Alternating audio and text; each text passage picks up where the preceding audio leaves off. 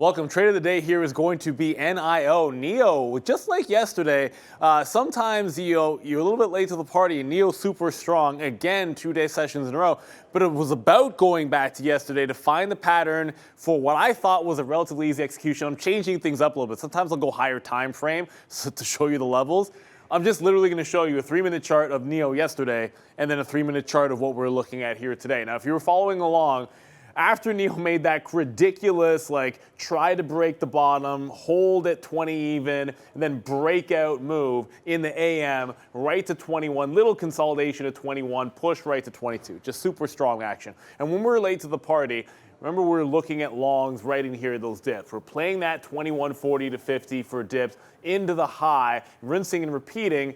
And then what we didn't do was flip to the short after it broke that support and then trended to the downside. So I marked off that little break and then pivot into a turn into a short trade. But in the back of my mind, I'm thinking establish some of those levels from yesterday. How can we take them to our advantage? And the first of which is sort of obviously going to be when we dip down at the open, we have one of those wick off bottoms. So the first thing you want to see is, does it reclaim that 20 level that it ended up holding? Yes, it does. We end up holding right here, higher low at 2020. This is where you're thinking about the long side of the trade.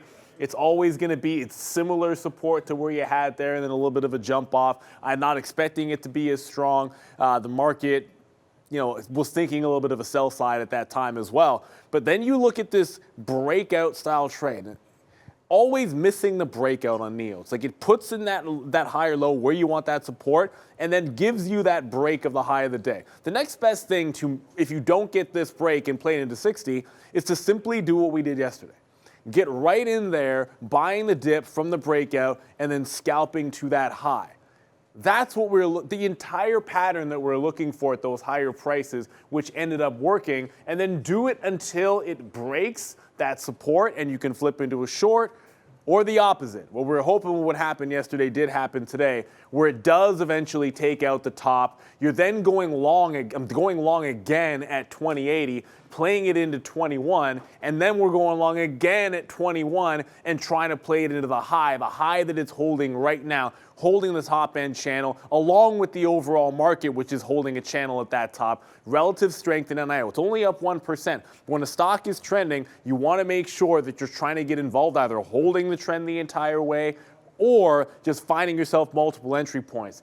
But I'll be telling you, every single time you see these wick bottoms on NIO, you don't have to have the low. You don't have to have the break. When NIO is going to trend, sometimes you can just join it late and you can get that continuation. But even as I sit here, when I notice what happened at that 21.25, where it turned into a little bit of a short, you can't ignore that fact that what is that level that we can't seem to break? It's just beneath that 21.25. And that's why if we break out, I think we're levitating right up to almost 21.50. We get through that gap and there's a lot of room to go. But yesterday's pivot point is today's resistance. Sometimes all you got to do is look back one day at the previous day's pattern to give you a trade, like the trade of the day here is always sponsored by Day Trade the World.